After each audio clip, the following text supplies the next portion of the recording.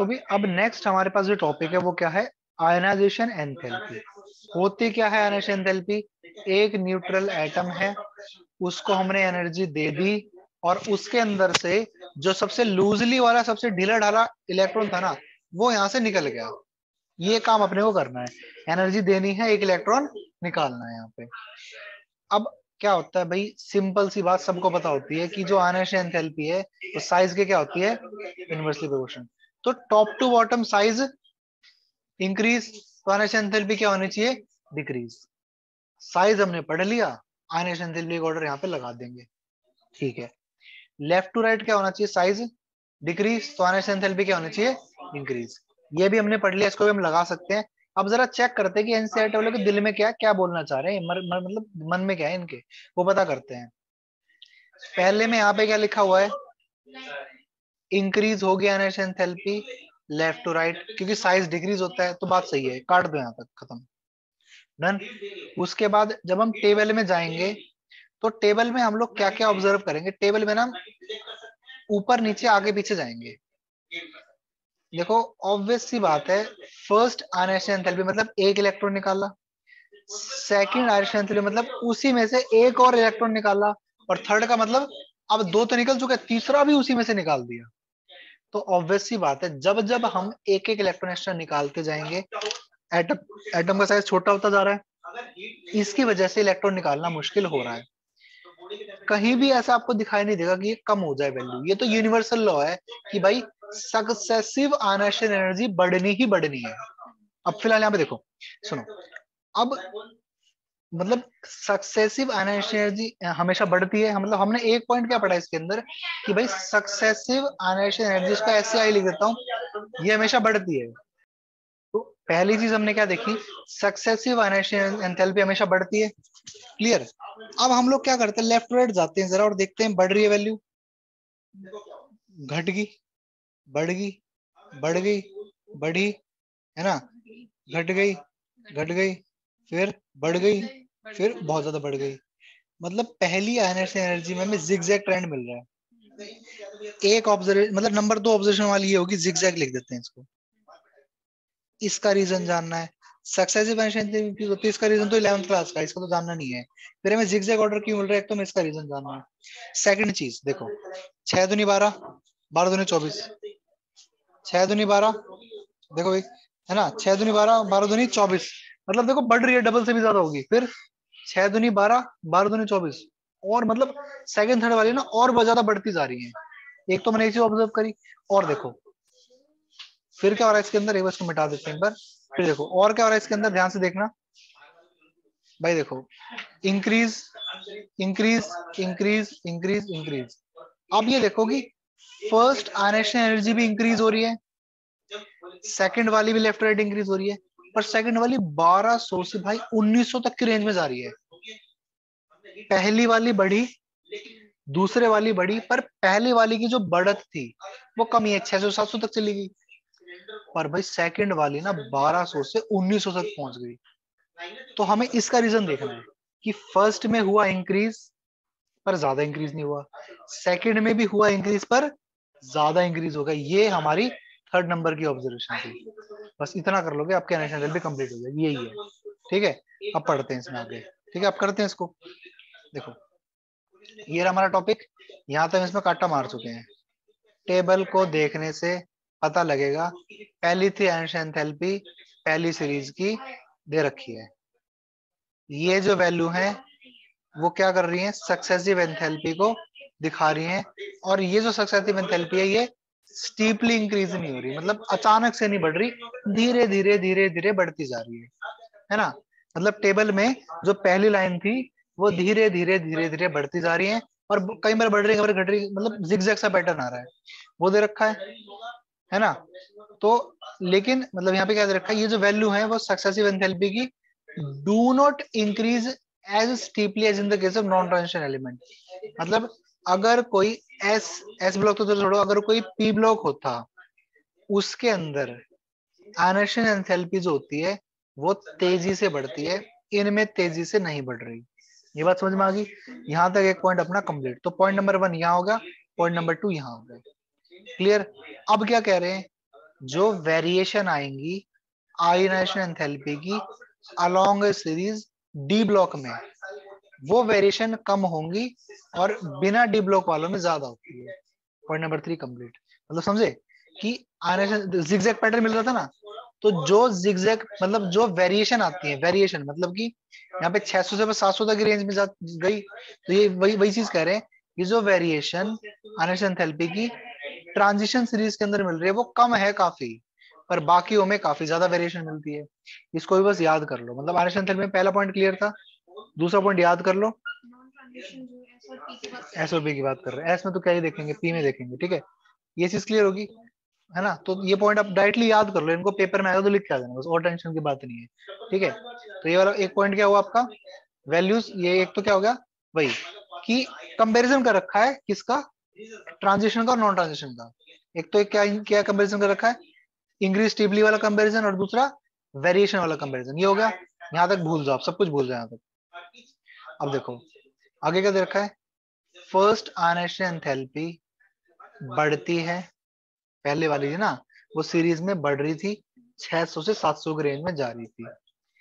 But जो magnitude है second वाली का और थर्ड वाली का, वो कुछ ज्यादा ही बढ़ गया। तो ये आपकी चौथी ऑब्जर्वेशन कंप्लीट। वही बात होगी यहाँ पे कि वही बात लिखी हुई है, मिटा देते हैं इसको सारे को एक बार, कि पहले वाली बढ़ती है पर दूसरे वाली कुछ ज्यादा बढ़ती है, तीसरे वाले भी कुछ ज्यादा बढ़ती है, वो बात कर रखी है। तो ये 3-4 पॉइंट है इस पैराग्राफ के, उन्हें डायरेक्टली याद कर लो और ये पैराग्राफ यहाँ पे कंप्लीट हो गया। बस बताओ, क्लियर है। अब इस अगले वाले बड़े से खतरनाक पैराग्राफ पे चलते हैं, यहाँ पे क्या लिखा हुआ है, और एक एक करके सारे पॉइंट को समझने की कोशिश करेंगे, ठीक है भाई। चलो भाई देखो, तो यहाँ पे जो है इस अगले वाले पैराग्राफ को अब देखते हैं, कंप्लीट करते हैं। टाइम अब कोई दिक्कत, टाइम की दिक्कत नहीं होगी, ध्यान से देखना। देखो सुनो, यहाँ पे लोग क्या कह रहे हैं, हमारे पास ना एक ऑब्जर्वेशन है। ऑब्जर्वेशन हमारे पास क्या है कि जो आपको इरेगुलर ट्रेंड मिल रहा था फर्स्ट जनरेशन एंथैल्पी का 3D सीरीज में, मतलब 3D सीरीज में क्या हो रहा है, जिगजैग पैटर्न मिल रहा है, कभी कम कभी ज्यादा, कभी कम कभी ज्यादा। उसका ना ये खुद कह रहे हैं कि भाई देखो ऐसा है कि लेना देना तो कुछ है नहीं, केमिकल से तो कुछ है नहीं, फिर भी हम तो पढ़ेंगे। और जब हम पढ़ेंगे तो फिर हम कैसे पढ़ेंगे, इसको ध्यान से देखना।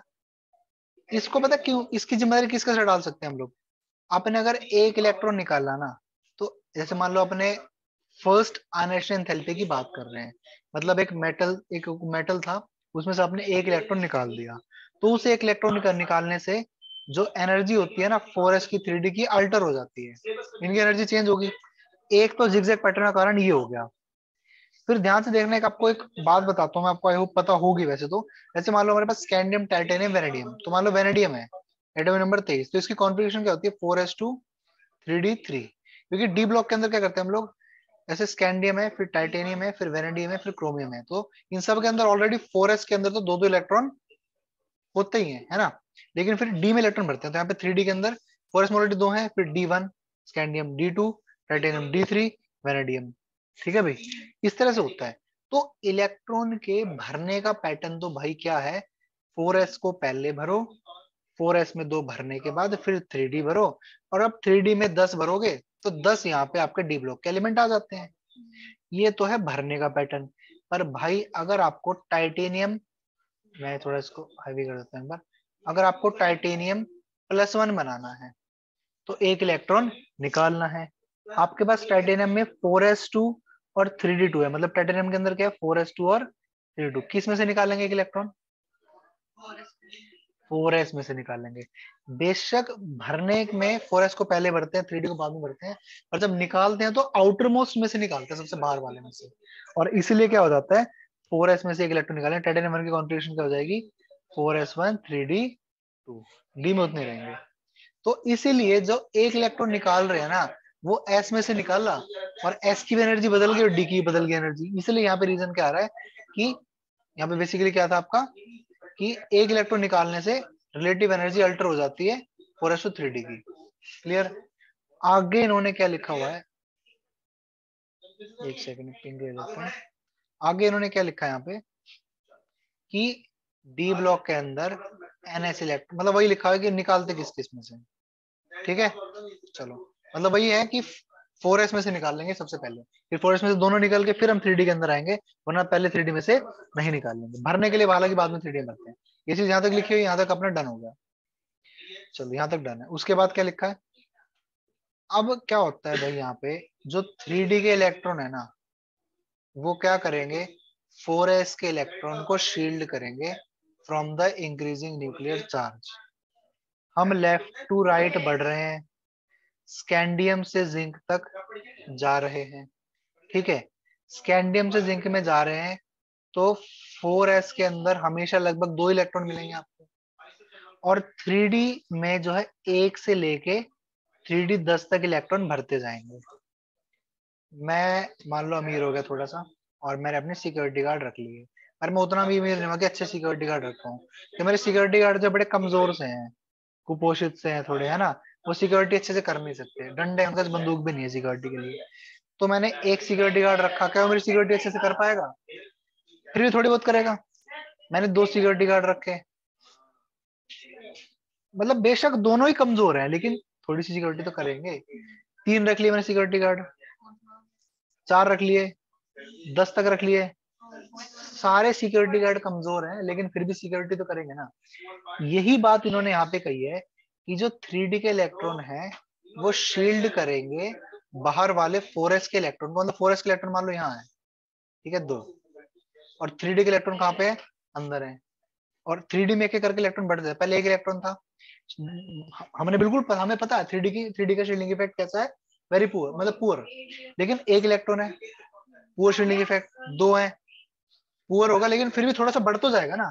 3 इलेक्ट्रॉन होंगे और बढ़ जाएगा, 4 इलेक्ट्रॉन होंगे और बढ़ जाएगा। तो ये चीज यहाँ पे लिखी है कि 3D इलेक्ट्रॉन शील्ड करेंगे 4s इलेक्ट्रॉन को न्यूक्लियर चार्ज से समवट मोर इफेक्टिवली, थोड़ा सा बेटर तरीके से शील्ड करेंगे then the outer shell electrons. क्योंकि 4s के अंदर तो कितने इलेक्ट्रॉन है, सिर्फ 2 ही हैं, ये आपस में क्या शील्ड करेंगे दूसरे को।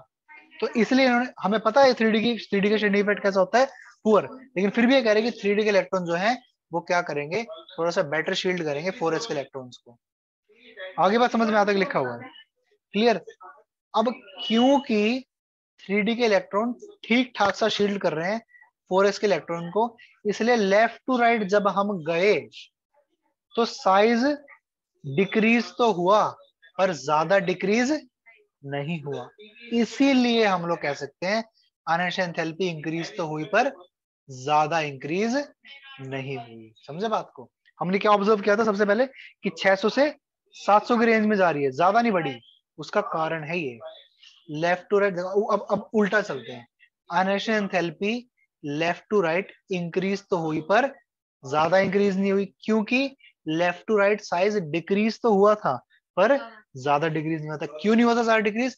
बिकॉज 3D के अंदर एक एक करके इलेक्ट्रॉन बढ़ते जा रहे थे और वो शील्डिंग दे रहे थे, बेशक बेकार दे रहे हो पर दे रहे थे, है ना। एक से ज्यादा 2 शील्डिंग करेंगे फिर 3 करेंगे, तो ये कारण था। कंक्लूड हो गया?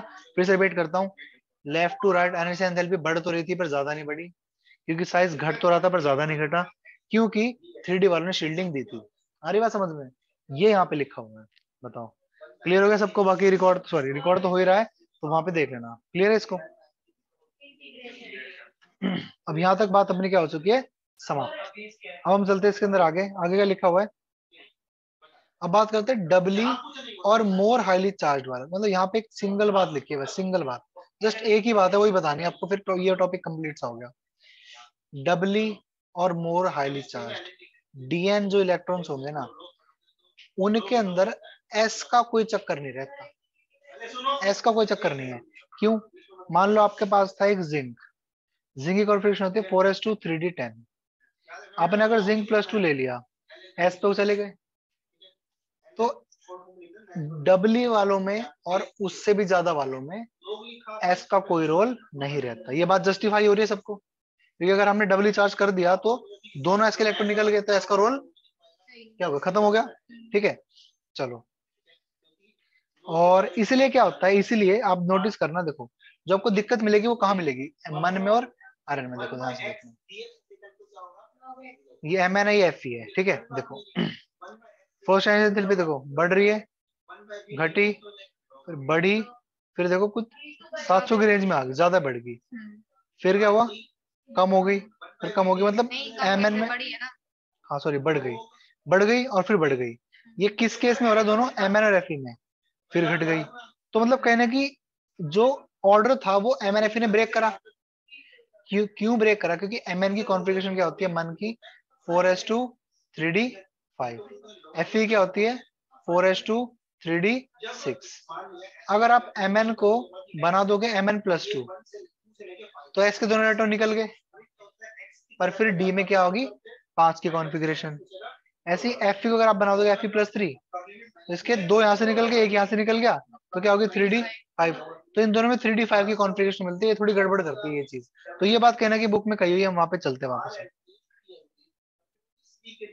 ये लग रहा है मुश्किल, इतनी मुश्किल केमिस्ट्री कभी लगी नहीं होगी, बट स्टिल ये बुरे दिन है। एफ प्लस 3 की बनाएंगे ताकि डी5 कॉन्फ़िगरेशन हो जाए, समझे, क्योंकि डी5 क्या होगी एक्स्ट्रा स्टेबल भाई, 5 इलेक्ट्रॉन आ जाएंगे अनपेड 500, एक्स्ट्रा स्टेबल होगी। थोड़ा सा ये मुश्किल फेज। देखो यहाँ पे क्या होगा, क्या हो रहा था, जो ट्रेंड है, देख लो जो ट्रेंड है किसका, स्टेडी इंक्रीज का, भाई एनएसएनएलपी इंक्रीज होती जानी चाहिए थी, वो क्या हो रही है असल में ऐसे ऐसे चल रही है।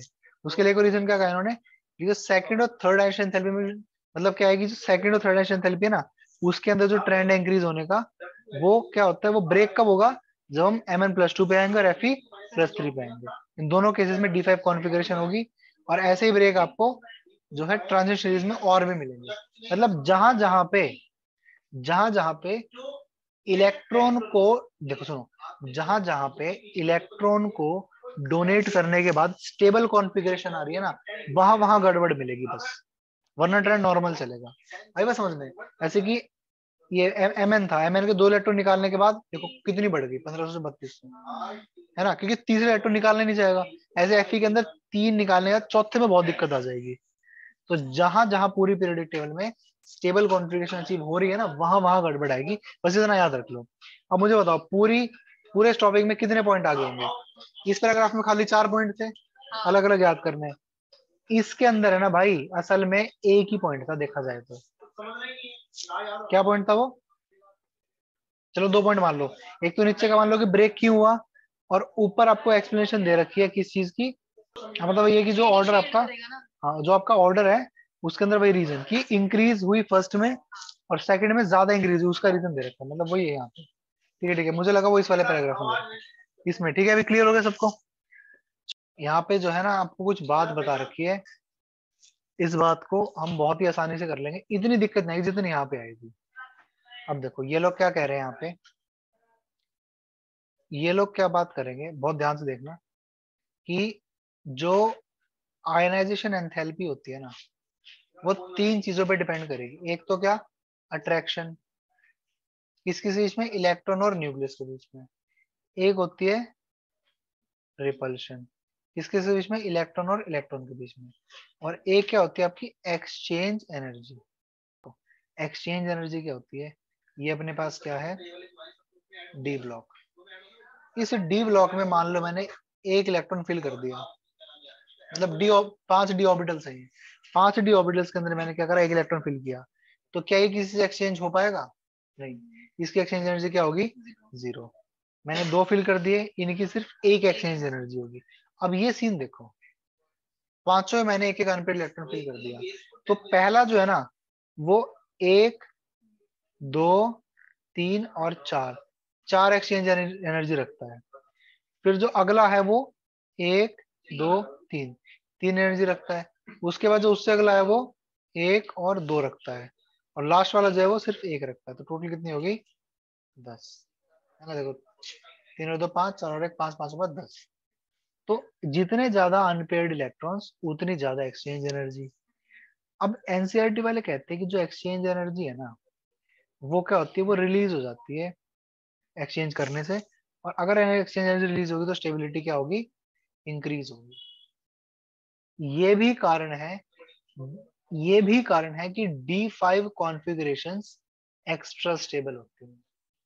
और एक्सचेंज एनर्जी है ना, बार बार इलेक्ट्रॉन एक्सचेंज होंगे और एनर्जी निकलेगी, वो निकल जाएगी, और उससे स्टेबिलिटी मिल जाएगी। एनसीईआरटी में लिखा हुआ है अगले पेज पे। और इसलिए जो D5 या फिर ऐसी आसपास की कॉन्फ़िगरेशंस है, उनकी एक्सचेंज एनर्जी ज्यादा निकलेगी और उनकी स्टेबिलिटी ज्यादा होगी, और इसलिए उनसे इलेक्ट्रॉन निकालना मुश्किल होगा, इसलिए उनकी एनर्जी एंथैल्पी क्या आएगी, ज्यादा आएगी। ये बात कह रहे हैं, क्लियर।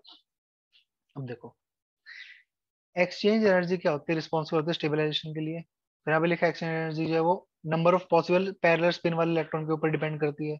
फिर जब बहुत सारे इलेक्ट्रॉन होते हैं डीजेनरेट ऑर्बिटल्स के अंदर, तो लोएस्ट एनर्जी जो है वो किसकी होगी, जिसके पास मैक्सिमम पॉसिबल एक्सटेंट, मतलब यहाँ पे हुंसफुल के बारे में बात कर रखी है। उसके बाद loss of exchange energy increases the stability, मतलब ये एक्सचेंज एनर्जी क्या होगी, लॉस, स्टेबिलिटी यहाँ पे बढ़ेगी। As the stability increases ionization become more difficult. तो एक्सचेंज एनर्जी को लॉस करो, निकालो, स्टेबिलिटी को बढ़ाओ। जैसे जैसे स्टेबिलिटी बढ़ेगी आयनेशन एनर्जी मुश्किल हो जाएगी। अब ये लोग क्या बात कह रहे हैं यहाँ पे कि there is no loss of exchange energy at D6 configuration.